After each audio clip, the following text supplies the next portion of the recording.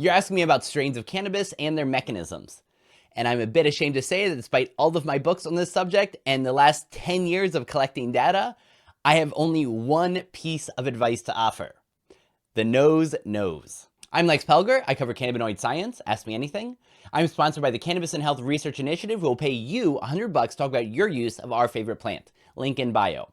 You can also join their newsletter, where twice a week I curate the very best of clinical cannabinoid science. So there's some science we have to clear up before we start talking about strains of cannabis.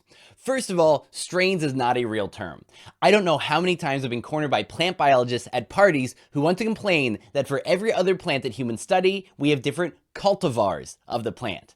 It is only in cannabis that we use the word strains, and that's a legacy of prohibition.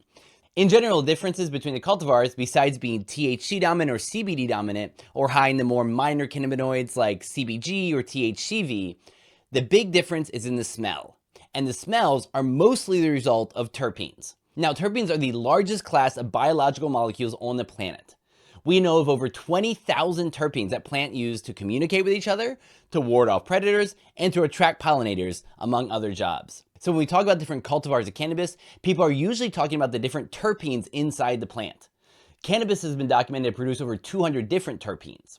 But more recent research is pointing to the importance of other molecules in the plant, like aldehydes, esters, ketones, as well as the sulfur compounds that give that skunky smell. Now, with that being said, we do have a lot of preclinical data in animal models about help from different terpenes, and even some clinical data in humans. But one caveat is that the level of terpenes used in research tends to be a good bit higher than the very minor amounts you would get from smoking or eating a plant. So while it's conceivable that terpenes are having an effect in people, there's a number of researchers who push back against the so-called entourage effect, that all of the cannabinoids and terpenes and flavonoids are working together to create a more beneficial effect than just the cannabinoids alone.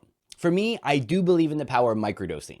We have good evidence that even ultra low doses of THC are excellent for brain health and neurodegenerative diseases like Alzheimer's. It's reasonable to say the same thing might be true about terpenes. But how do you choose the best cultivar for you out of everything at the dispensary? People shop by strain names like Blue Dream, which usually means a certain profile of cannabinoids and terpenes. But in the marketplace, rampant mislabeling of cultivars for marketing purposes means that unless you have the cannabinoid and terpene profile in front of you, you don't actually know what you're getting.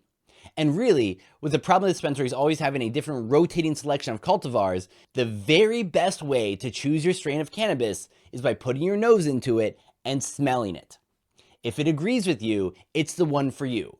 It's a piece of time-worn wisdom I've heard from budtenders from San Francisco to Amsterdam. Go with your nose to find the cultivar that works best for you.